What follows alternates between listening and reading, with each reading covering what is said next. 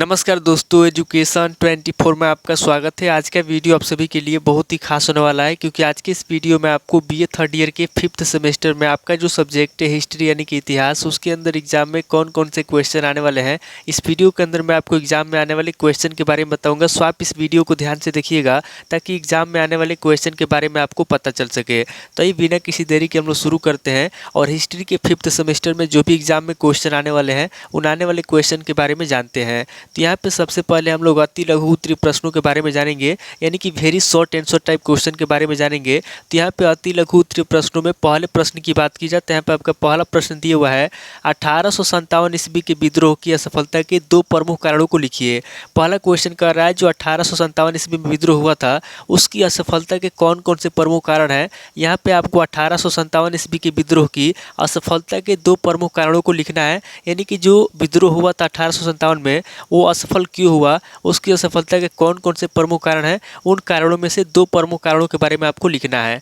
अब वाली क्वेश्चन की बात की जाए तो यहाँ पे आपका दूसरा क्वेश्चन दिया हुआ है तात्या टोपे कौन थे, वह क्यों प्रसिद्ध हुए। दूसरा क्वेश्चन कह रहा है कि तात्या टोपे कौन थे, यहाँ पे आपको तात्या टोपे के बारे में बताना है और ये भी बताना है कि वह क्यों प्रसिद्ध हुए। अब अगली क्वेश्चन की बात की जाए तो यहाँ पे आपका तीसरा क्वेश्चन दिया हुआ है भारतीय राष्ट्रवाद के उदय के 2 उत्तरदायी कारक बताइए। तीसरा क्वेश्चन कर रहा है जो भारतीय राष्ट्रवाद है, यहाँ पे आपको भारतीय राष्ट्रवाद के उदय के 2 उत्तरदायी कारकों के बारे में आपको बताना है। अब वाली क्वेश्चन की बात की जाए तो यहाँ पे आपका चौथा क्वेश्चन दिया हुआ है अमृत बाजार पत्रिका का प्रकाशन कब हुआ। चौथा क्वेश्चन कर रहा है जो अमृत बाजार पत्रिका है, यहाँ पे आपको बताना है कि अमृत बाजार पत्रिका का प्रकाशन कब हुआ। अब अगली क्वेश्चन की बात की जाए तो यहाँ पे आपका पांचवा क्वेश्चन दिया हुआ है गांधी जी के सामाजिक विचार बताइए। पांचवा क्वेश्चन कर रहा है जो गांधी जी हैं, यहाँ पे आपको गांधी जी के सामाजिक विचार बताना है। अब अगली क्वेश्चन की बात की जाए तो यहाँ पे आपका छठा क्वेश्चन दिया हुआ है असहयोग आंदोलन कब प्रारंभ किया गया, इसके कोई 2 कार्यक्रम बताइए। छठा क्वेश्चन कर रहा है जो असहयोग आंदोलन है, यहाँ पे आपको बताना है कि असहयोग आंदोलन कब प्रारंभ किया गया और इसके कोई 2 कार्यक्रम भी आपको बताना है। अब वाली क्वेश्चन की बात की जाए तो यहाँ पे आपका सातवां क्वेश्चन दिया हुआ है नमक सत्याग्रह पर टिप्पणी लिखिए। सातवां क्वेश्चन कर रहा है जो नमक सत्याग्रह है, यहाँ पे आपको नमक सत्याग्रह पर टिप्पणी लिखना है। अब वाली क्वेश्चन की बात की जाए तो यहाँ पे आपका आठवां क्वेश्चन दिया हुआ है शांति निकेतन की स्थापना किसने की थी। आठवां क्वेश्चन कर रहा है जो शांति निकेतन है, यहाँ पे आपको बताना है कि शांति निकेतन की स्थापना किसने की थी। अब वाली क्वेश्चन की बात की जाए तो यहाँ पे आपका 9वां क्वेश्चन दिया हुआ है उदारवादी आंदोलन का महत्व बताइए। 9वां क्वेश्चन कर रहा है जो उदारवादी आंदोलन है, यहाँ पे आपको उदारवादी आंदोलन का महत्व बताना है। अब वाली क्वेश्चन की बात की जाए तो यहाँ पे आपका 10वां क्वेश्चन दिया हुआ है भारतीय राष्ट्रीय कांग्रेस की स्थापना कब हुई। 10वां क्वेश्चन कर रहा है जो भारतीय राष्ट्रीय कांग्रेस है उसकी स्थापना कब हुई, यहाँ पे आपको भारतीय राष्ट्रीय कांग्रेस की स्थापना के बारे में बताना है कि भारतीय राष्ट्रीय कांग्रेस की स्थापना कब हुई। अब वाली क्वेश्चन की बात की जाए तो यहाँ पे आपका 11वां क्वेश्चन दिया हुआ है कांग्रेस का विभाजन कब हुआ। 11वां क्वेश्चन कर रहा है जो कांग्रेस है उसका विभाजन कब हुआ, यहाँ पे आपको बताना है कि कांग्रेस का विभाजन कब हुआ। अब वाली क्वेश्चन की बात की जाए तो यहाँ पे आपका 12वां क्वेश्चन दिया हुआ है सूरत विभाजन पर टिप्पणी लिखिए। 12वां क्वेश्चन कर रहा है जो सूरत विभाजन है, यहाँ पे आपको सूरत विभाजन पर टिप्पणी लिखना है। अब वाली क्वेश्चन की बात की जाए तो यहाँ पे आपका 13वां क्वेश्चन दिया हुआ है मुस्लिम लीग की स्थापना कब और कहाँ हुई। 13वां क्वेश्चन कर रहा है जो मुस्लिम लीग है, यहाँ पे आपको बताना है कि मुस्लिम लीग की स्थापना कब हुई और कहाँ हुई। अब वाली क्वेश्चन की बात की जाए तो यहाँ पे आपका 14वां क्वेश्चन दिया हुआ है श्रीमती एनी बेसेंट कौन थी। 14वां क्वेश्चन कर रहा है जो एनी बेसेंट है, यहाँ पे आपको बताना है कि श्रीमती एनी बेसेंट कौन थी, यानी कि श्रीमती एनी बेसेंट के बारे में आपको बताना है। अब वाली क्वेश्चन की बात की जाए तो यहाँ पे आपका 15वां क्वेश्चन दिया हुआ है होम रूल आंदोलन का महत्व बताइए। 15वां क्वेश्चन कह रहा है जो होम रूल आंदोलन है, यहाँ पे आपको होम रूल आंदोलन का महत्व बताना है। तो टोटल आपके 15 क्वेश्चन हो गए जो अति लघु उत्तरीय प्रश्न में पूछे जाएंगे। अब आगे हम लोग लघु उत्तरीय प्रश्नों के बारे में जानेंगे। तो यहाँ पे लघु उत्तरीय प्रश्नों में पहले प्रश्न की बात की जाए तो यहाँ पे आपका पहला प्रश्न दिया हुआ है 1857 ईस्वी के विद्रोह के प्रभाव की विवेचना कीजिए। पहला क्वेश्चन कर रहा है जो 1857 ईस्वी का विद्रोह हुआ था उसके क्या प्रभाव हुए थे, यहाँ पे आपको 1857 ईस्वी के विद्रोह के प्रभाव के बारे में बताना है और उसकी विवेचना करना है। अब अगली क्वेश्चन की बात की जाए तो यहाँ पे आपका दूसरा क्वेश्चन दिया हुआ है 1857 की क्रांति की असफलता के कारण बताइए। दूसरा क्वेश्चन कर रहा है जो 1857 की क्रांति हुई थी उसकी असफलता के कौन कौन से कारण हैं, यहाँ पे आपको 1857 की क्रांति की असफलता के कारण बताना है।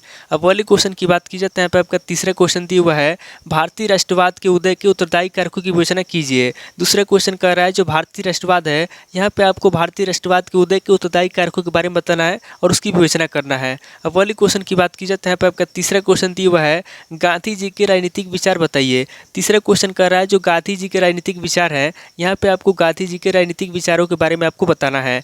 अब वाली क्वेश्चन की बात की जाए तो यहाँ पे आपका चौथा क्वेश्चन दिया हुआ है उदारवादियों की दुर्बलताएं क्या थी। चौथा क्वेश्चन कर रहा है जो उदारवादी थे उनकी दुर्बलताएं क्या थी। यहाँ पे आपको उदारवादियों की दुर्बलताएं बताना है, यानी कि उनकी कमजोरियों के बारे में आपको बताना है। अब वाली क्वेश्चन की बात की जाए तो यहाँ पे आपका पांचवा क्वेश्चन दिया हुआ है दादा भाई नौरोजी का कांग्रेस के प्रति योगदान बताइए।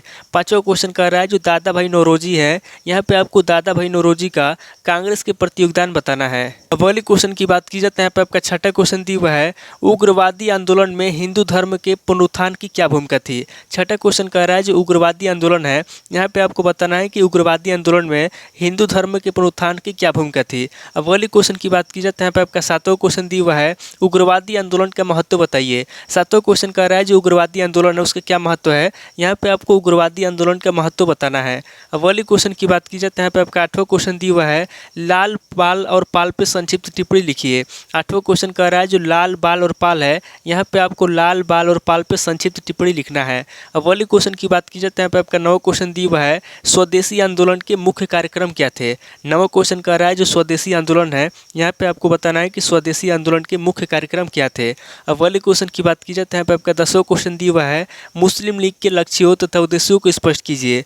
10वां क्वेश्चन कह रहा है जो मुस्लिम लीग है उसके लक्ष्य क्या थे, उद्देश्य क्या थे। यहाँ पे आपको मुस्लिम लीग के लक्ष्य बताना है तथा उसके उद्देश्यों को स्पष्ट करना है।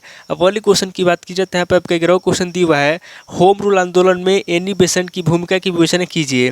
11वां क्वेश्चन कह रहा है जो होम रूल आंदोलन है, यहाँ पे आपको होम रूल आंदोलन में एनी बेसेंट की भूमिका के बारे में बताना है। अब वाली क्वेश्चन की बात की जाए तो यहाँ पे आपका 12वां क्वेश्चन दिया हुआ है होम रूल आंदोलन का महत्व बताइए। 12वां क्वेश्चन कह रहा है जो होम रूल आंदोलन है उसका क्या महत्व है, यहाँ पे आपको होम रूल आंदोलन का महत्व बताना है।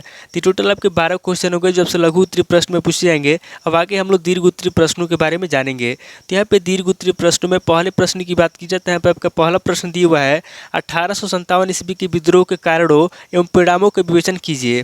पहला क्वेश्चन कह रहा है जो 1857 ईस्वी का विद्रोह हुआ था उसके कारण क्या थे, उसके परिणाम क्या हुए। यहाँ पे आपको 1857 ईस्वी के विद्रोह के कारण बताना है और उसके परिणामों का विवेचन करना है।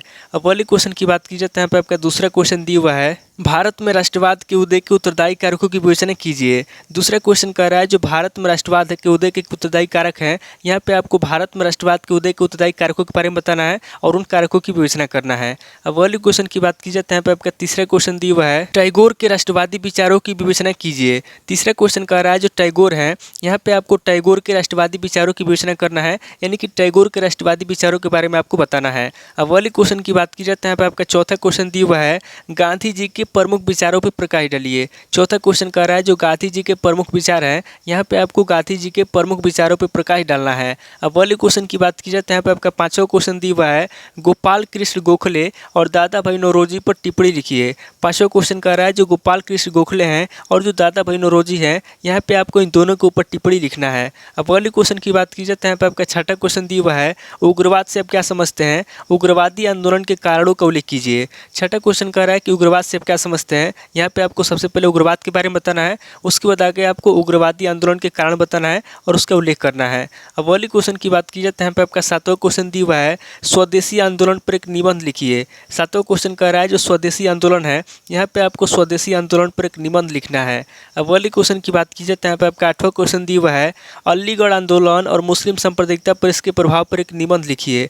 आठवां क्वेश्चन कह रहा है जो अलीगढ़ आंदोलन है और जो मुस्लिम सांप्रदायिकता है इसके प्रभाव पर एक निबंध लिखना है। अब वाली क्वेश्चन की बात की जाए तो यहाँ पे आपका नौवां क्वेश्चन दिया हुआ है होम रूल आंदोलन पर एक निबंध लिखिए। नौवां क्वेश्चन कह रहा है जो होम रूल आंदोलन है, यहाँ पे आपको होम रूल आंदोलन पर एक निबंध लिखना है। अब वाली क्वेश्चन की बात की जाए तो यहाँ पे आपका 10वां क्वेश्चन दिया हुआ है कांग्रेस लीग समझौते या लखनऊ समझौते पर टिप्पणी लिखिए।